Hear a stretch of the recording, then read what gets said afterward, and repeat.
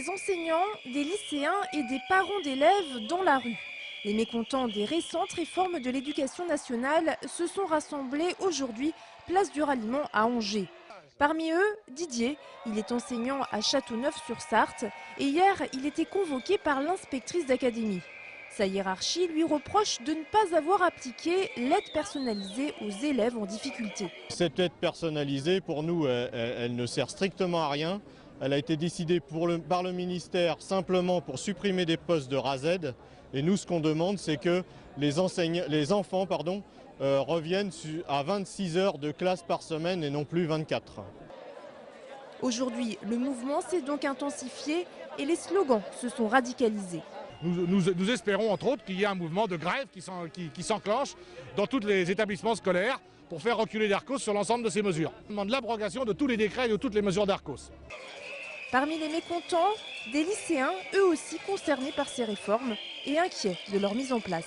La façon dont c'est organisé, il n'y a pas du tout de dialogue social. Ça a été entamé au mois de juin et à la rentrée, il n'y a pas eu de nouveautés.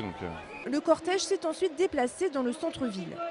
Le corps enseignant espère des avancées de la part du gouvernement. Dans le cas contraire, le mouvement s'intensifiera au mois de janvier. La saison de pluie est finie, on est en saison sèche. Le colonel Quevilly prend des nouvelles de ces hommes déployés en Côte d'Ivoire. Comme il le fait régulièrement, ce matin, le chef de corps du 6e régiment du génie d'Angers a pris connaissance du travail effectué sur place. Mais à l'approche des fêtes de fin d'année, l'organisation de Noël a aussi été un des points abordés. C'est un Noël qui prend bien sûr un goût particulier parce que Noël est une fête de famille. La distance avec sa famille, avec ses enfants, son conjoint, et à la fois fait ressentir l'absence, mais également on retrouve au sein de son unité une certaine chaleur et c'est un moment de cohésion, de fraternité d'armes particulièrement fort pour les soldats sur les théâtres. Depuis octobre dernier, ces 130 hommes du génie participent à l'opération de maintien de la paix en Côte d'Ivoire. Leur mission comprend notamment la facilitation des déplacements des militaires présents sur place, mais aussi des civils. La fin de la construction d'un pont vient d'ailleurs de s'achever. Pendant 15 jours, nous avons travaillé en collaboration avec la population locale qui nous a fourni du monde tous les jours pour travailler avec nous, à nos côtés, pour preuve de notre intégration dans le village. Donc les chefs du village ont eu beaucoup de mal à nous laisser repartir sur Abidjan. Les hommes de la 2e compagnie de combat du génie seront de retour à Angers début mars prochain. Notre image du jour, c'est cet hélicoptère qui fait front face à la pluie et au froid. Vous l'avez peut-être déjà aperçu au-dessus de vos têtes et pour cause, ERDF vérifie actuellement l'état des lignes haute tension du Maine-et-Loire.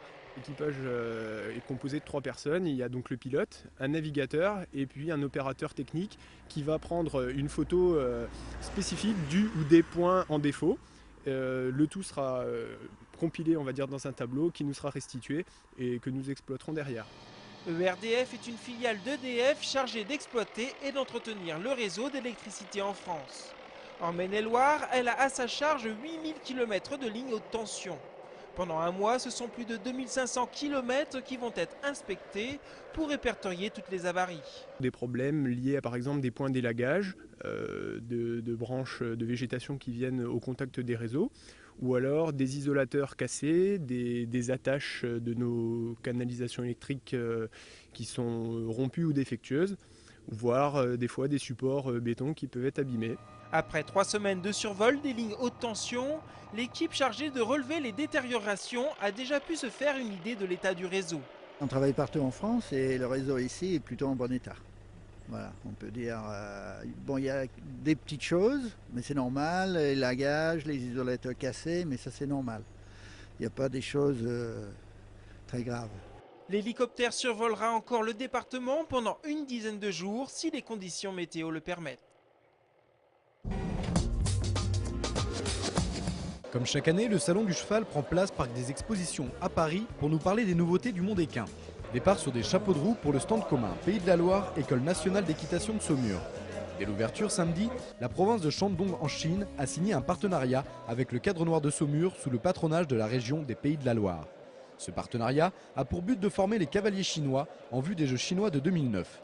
À terme, l'enjeu principal sera l'export des chevaux français et la construction de centres équestres en Chine. Notre objectif, au-delà de cette formation, c'est de familiariser les Chinois au cheval français et au matériel d'équitation français, à l'organisation française, à l'organisation des centres équestres français. La région des Pays de la Loire et le Shandong ont déjà de nombreux accords de coopération économique. Cela a facilité le rapprochement avec l'ENE. Les Chinois en attendent désormais beaucoup. Je suis tout à fait convaincu et très confiant de la relation Shandong-Saumur. La province du Shandong est très forte économiquement et aussi sportivement. Lors des derniers JO de Pékin, on a remporté 5 médailles d'or. L'équitation n'en est qu'à ses débuts, mais ce partenariat va nous aider à remporter des médailles dans les Jeux chinois de 2009. À l'heure où les relations franco-chinoises sont un peu difficiles, cet accord montre que la coopération reste possible. Chacun peut considérer que c'est un accord équilibré.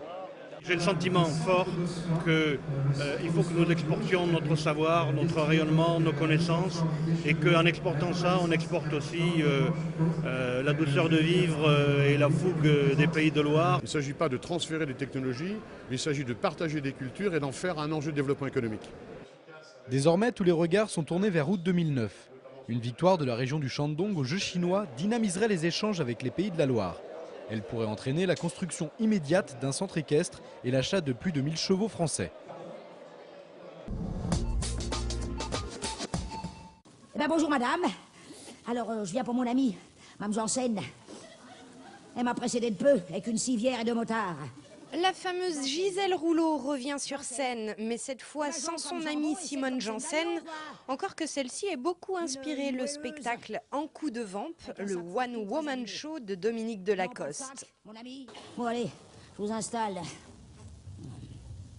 Oh pardon. Mme Janssen à l'hôpital, c'est Gisèle qui va tenter de prendre soin d'elle. Vous êtes presque sèche, non? Ça vous dérange pas si je vous écarte un peu les pieds? Merci, c'est gentil. En coup de vamp, à voir demain soir au Grand Théâtre d'Angers.